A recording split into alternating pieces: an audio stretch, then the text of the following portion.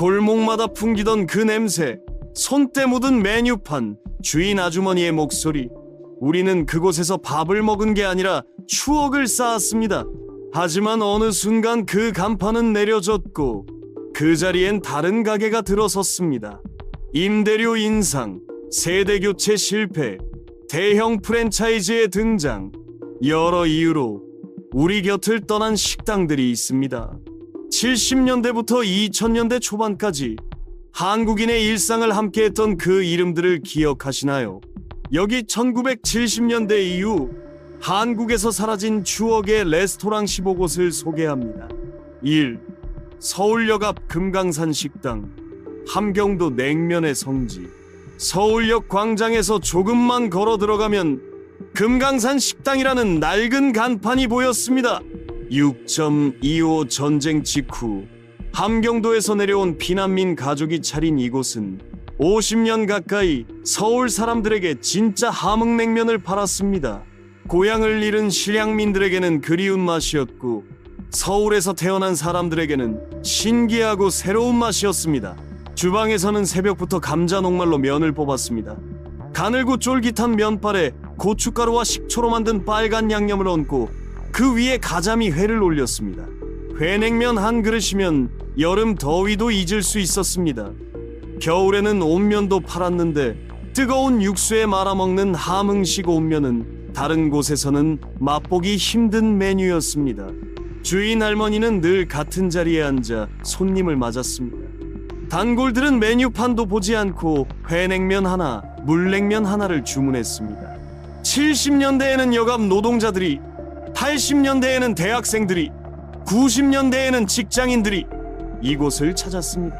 하지만 2000년대 초반 서울역 주변 재개발이 시작되면서 금강산 식당도 문을 닫아야 했습니다. 건물이 헐리고 새 상가가 들어섰지만 그 자리에 금강산은 없었습니다. 후계자가 없었고 할머니는 이미 고령이었습니다. 지금은 그 맛을 기억하는 사람들만 남았습니다. 이명동 은성호텔 커피숍, 연예인 사랑방. 1970년대 명동 한복판에 자리한 은성호텔 1층 커피숍은 당시 연예계 사람들이 가장 사랑한 장소였습니다. 배우, 가수, 영화 감독들이 이곳에서 만나 계약을 논의하고 새 작품 이야기를 나눴습니다. 호텔 로비를 지나들어서면 넓은 홀과 두툼한 벨벳 소파가 손님을 맞았고 은은한 조명 아래에서 사람들은 조용히 대화를 나눴습니다. 메뉴는 단순했지만 품격이 있었습니다. 진하게 내린 커피 한 잔과 생크림을 듬뿍 올린 케이크, 그리고 샌드위치 몇 가지가 전부였습니다. 하지만 그 맛보다 중요한 건 분위기였습니다. 유명 배우가 창가 자리에 앉아 있고 신인 가수가 긴장한 얼굴로 음반사 관계자를 기다리는 모습을 쉽게 볼 수 있었습니다. 일반 손님들도 이곳에 오면 혹시 아는 얼굴을 볼 수 있을까 기대하며 자리에 앉았습니다. 1980년대 들어서도 은성호텔 커피숍은 여전히 명동의 명소였습니다. 하지만 1990년대 중반 호텔 경영난이 심해지면서 결국 문을 닫았습니다. 건물은 한동안 방치되었다가 철거되었고 지금은 다른 상업 건물이 그 자리를 차지하고 있습니다. 두툼한 소파에 앉아 커피를 마시던 그 화려한 시절은 이제 사진 속에만 남아 있습니다. 종로 대원각, 한정식의 상징. 1970년대 종로에 자리한 대원각은 한국 최고급 한정식 레스토랑이었습니다. 이곳은 단순한 식당이 아니라 권력과 부의 상징이었습니다. 정치인들이 중요한 회동을 가졌고 재벌 총수들이 귀한 손님을 접대했으며 외국 사절단을 맞이하는 장소로도 자주 이용되었습니다. 대원각에 들어서면 넓은 홀과 화려한 전통 장식이 눈에 들어왔습니다. 각 방마다 정성스럽게 차린 한정식 상이 올라왔는데 수십 가지 반찬과 구절판, 신선로, 각종 전유어가 빠짐없이 나왔습니다. 음식만큼이나 유명했던 것은 기생공연이었습니다. 전통춤과 노래가 이어지는 가운데 손님들은 식사를 즐겼고 이런 경험은 당시 다른 어떤 곳에서도 쉽게 할 수 없는 특별한 것이었습니다. 하지만 1981년 12월 25일 크리스마스 밤에 대원각에서 대형 화재가 발생했습니다. 이 사고로 많은 인명 피해가 났고 건물은 크게 손상되었습니다. 화재 원인과 안전관리 문제가 사회적으로 큰 논란이 되었고 결국 대원각은 재건되지 못했습니다. 그 화려했던 공간은 완전히 사라졌고 대원각이라는 이름은 비극적인 화재 사건과 함께 기억되고 있습니다. 4. 을지로 미리목. 평양냉면 맛집. 을지로 골목 안쪽에 자리한 미리목은 6.25 전쟁 이후 평양에서 월남한 주인이 운영하던 냉면집이었습니다. 이곳은 평양 본토의 냉면 맛을 그대로 재현한다는 자부심으로 수십 년간 한결같은 맛을 지켜왔습니다. 실향민들은 고향 맛을 그리워하며 이곳을 찾았고 서울 토박이들은 진짜 평양냉면이 무엇인지 배우기 위해 방문했습니다. 미리목의 냉면은 다른 집과 확실히 달랐습니다. 동치미 육수는 깔끔하고 시원했으며 메밀로 뽑은 면은 가늘고 부드러웠습니다. 육수는 차갑게 식혀서 나왔고 그 위에 얹은 편육과 배, 오이채가 전체 맛의 균형을 맞췄습니다. 함께 나오는 수육 한 접시는 따뜻하고 부드러워서 차가운 냉면과 완벽한 조화를 이뤘습니다. 주인 할아버지는 직접 주방에 서서 면을 뽑고 육수를 만들었습니다. 1990년대까지도 미리목은 을지로에서 손꼽히는 냉면집이었습니다. 점심시간이면 줄을 서서 기다려야 했고 단골 손님들은 계절과 상관없이 1년 내내 이곳을 찾았습니다. 하지만 1990년대 말 주인 할아버지가 세상을 떠나면서 미리목도 문을 닫았습니다. 자식들은 다른 일을 하고 있었고 그 비법을 이어받을 사람이 없었습니다. 지금은 그 자리에 다른 가게가 들어서 있습니다. 오, 압구정 토끼정! 80년대 고급 불고기 전문점! 1980년대 압구정동이 서울의 새로운 부촌으로 떠오를 때 토끼정은 그 중심에 있었습니다. 당시로서는 보기 드문 고급 인테리어를 자랑하던 이 불고기 전문점은 성공한 사업가들과 연예인들이 즐겨 찾는 장소였습니다. 넓은 홀과 개별룸, 세련된 조명과 깔끔한 테이블 세팅은 다른 고깃집과는 확실히 다른 분위기를 만들어냈습니다.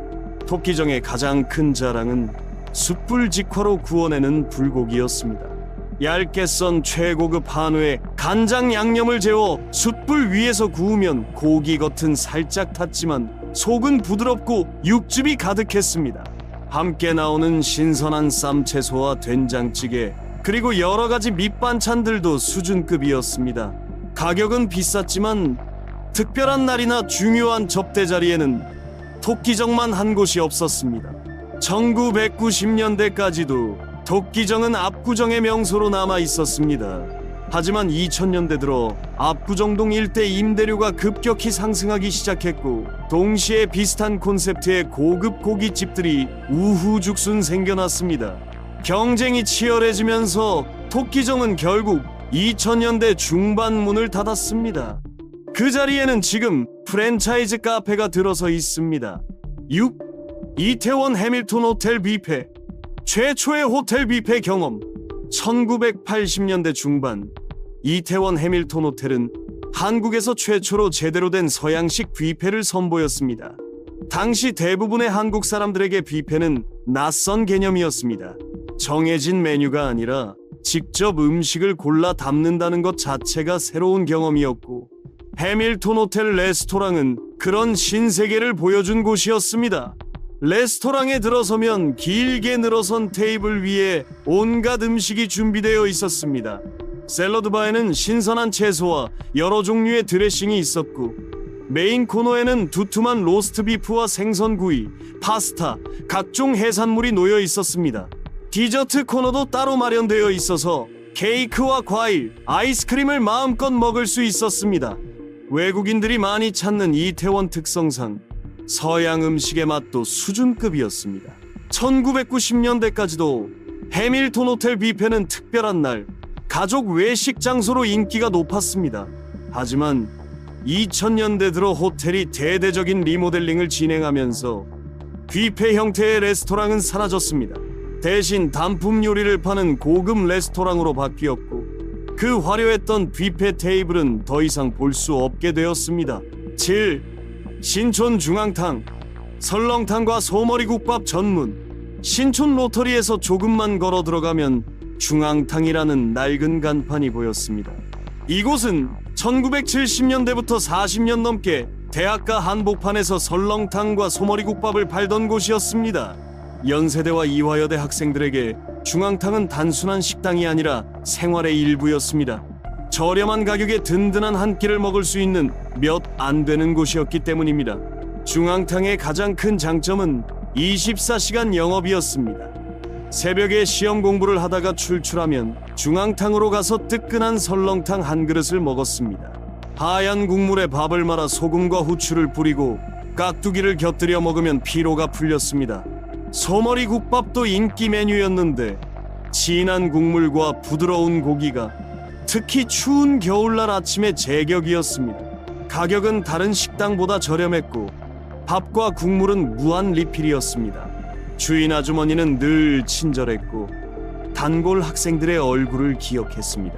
시험 기간이면 더 많은 학생들이 몰려들었고 졸업한 뒤에도 신촌에 오면 꼭 들르는 곳이 중앙탕이었습니다.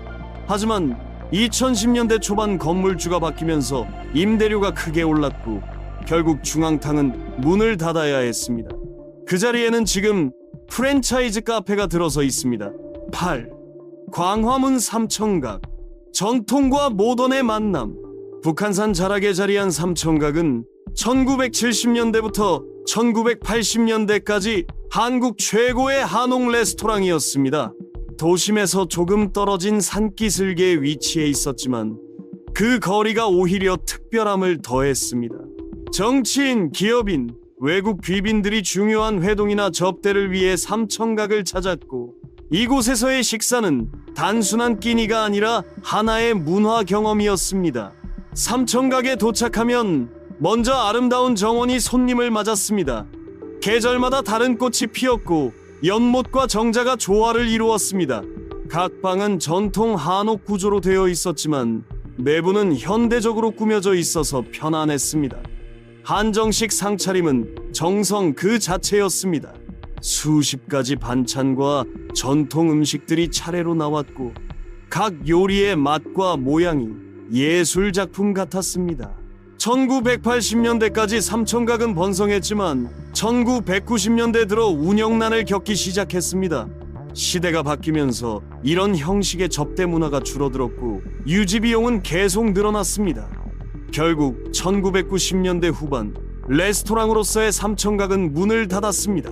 지금은 서울시가 인수하여 문화공간으로 활용하고 있지만 그 화려했던 식당의 모습은 더 이상 볼 수 없습니다. 9. 강남 스카이라운지. 회전 레스토랑의 추억. 1980년대 후반 강남 한복판에 세워진 고층 빌딩 꼭대기에는 스카이라운지라는 회전 레스토랑이 있었습니다. 당시 한국에서는 보기 드문 콘셉트였습니다. 레스토랑 전체가 천천히 회전하면서 서울 전경을 360도로 보여주는 이 공간은 특별한 날을 기념하기 위한 최고의 장소였습니다. 엘리베이터를 타고 최상층에 올라가면 은은한 조명과 클래식 음악이 흐르는 우아한 공간이 펼쳐졌습니다. 창가 자리에 앉으면 서울의 야경이 천천히 움직이는 것처럼 보였습니다. 한강, 남산타워, 빛나는 빌딩들이 차례로 눈앞을 지나갔습니다.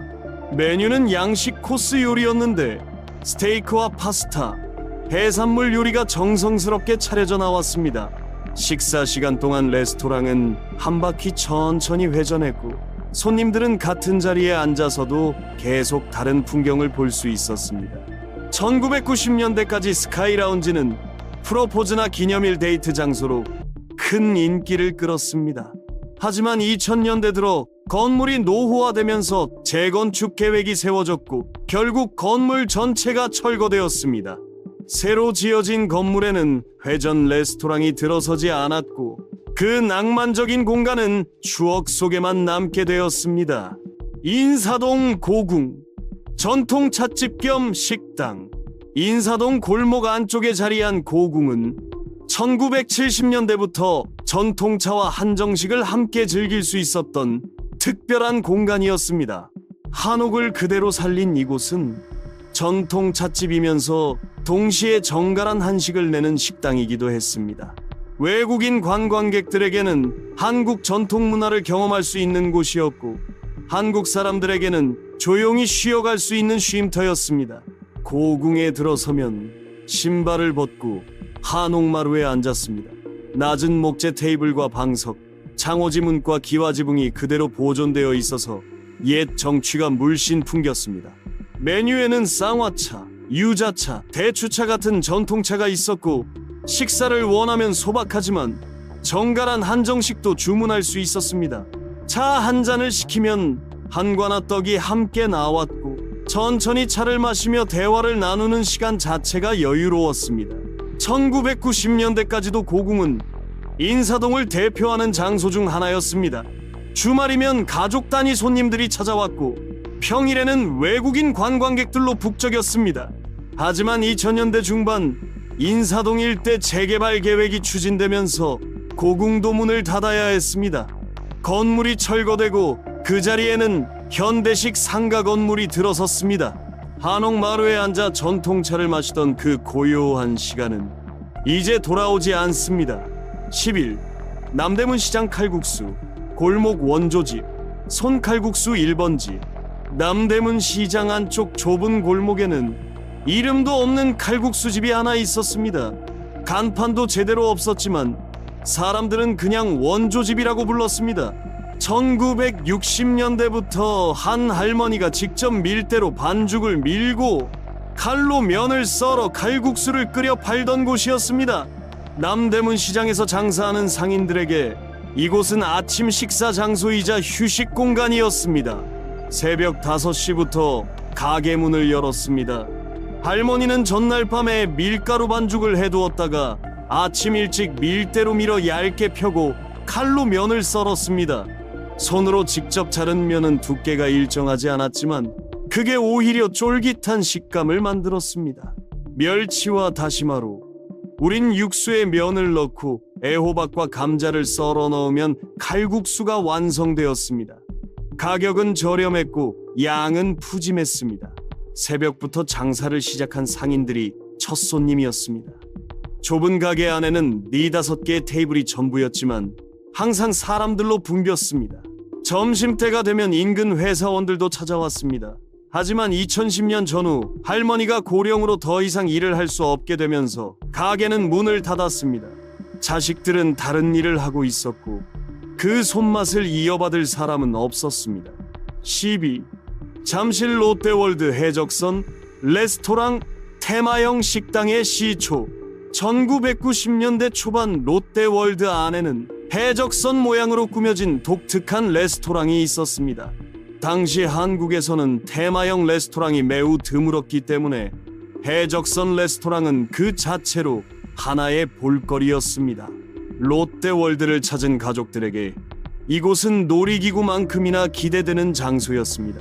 레스토랑에 들어서면 실제 해적선 갑판 위에 있는 것 같은 느낌이 들었습니다. 나무 바닥과 밧줄 장식, 키다리 돛대와 해적 깃발이 천장에 걸려 있었고 벽면에는 보물 상자와 대포가 장식되어 있었습니다. 아이들은 해적 분위기에 흥분했고 부모들은 사진을 찍느라 바빴습니다. 메뉴는 주로 양식이었는데 스파게티와 돈가스, 피자 같은 아이들이 좋아하는 음식들이 준비되어 있었습니다.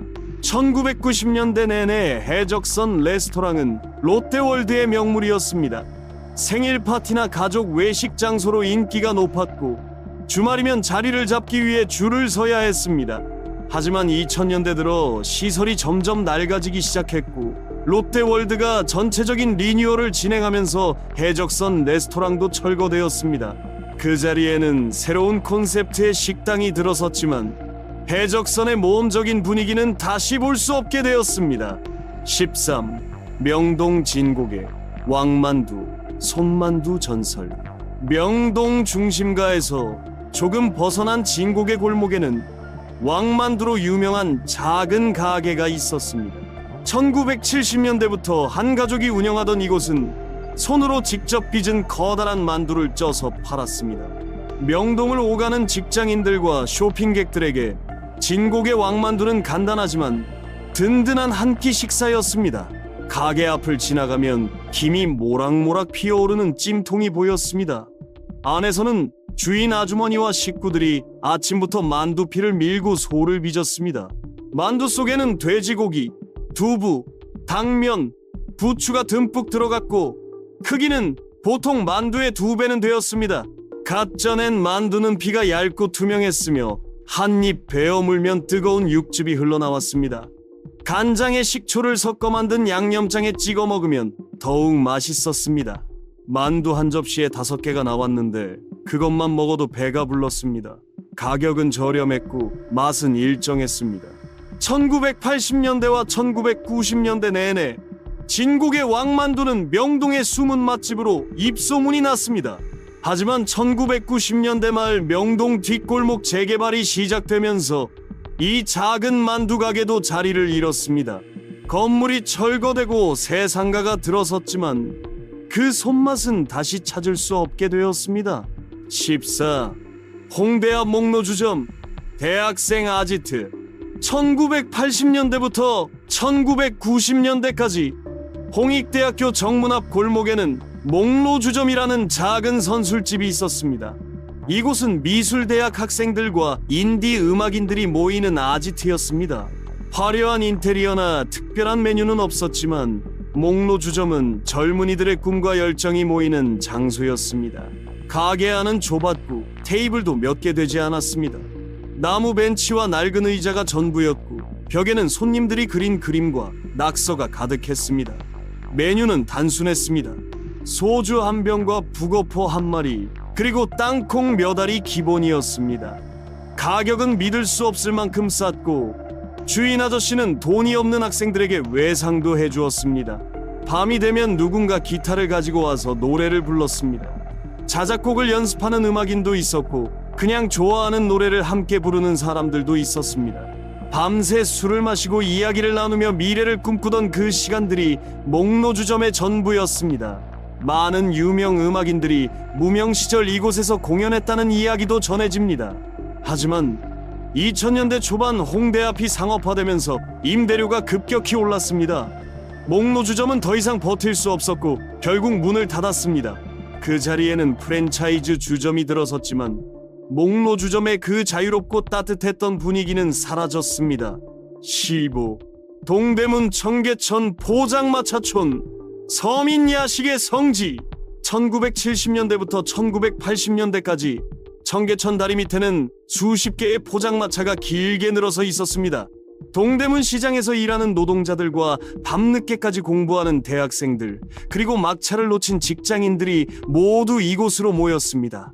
청계천 포장마차촌은 화려하지 않았지만 서울에서 가장 정겨운 야식거리였습니다. 해가 지면 포장마차마다 불이 켜지기 시작했습니다.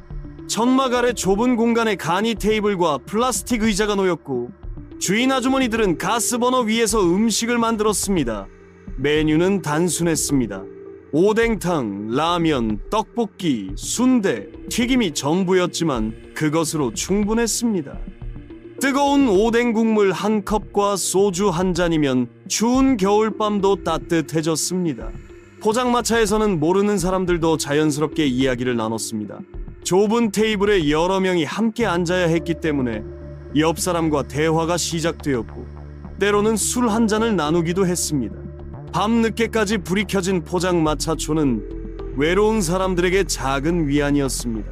하지만 2000년대 중반 서울시가 청계천 복원 사업을 시작하면서 모든 포장마차가 철거되었습니다. 도시 환경을 개선한다는 명목이었지만 그곳에서 생계를 이어가던 사람들과 포장마차를 찾던 손님들은 갈 곳을 잃었습니다. 지금 청계천은 깨끗하게 복원되었지만 그 다리 밑 포장마차의 따뜻한 불빛은 더 이상 없습니다.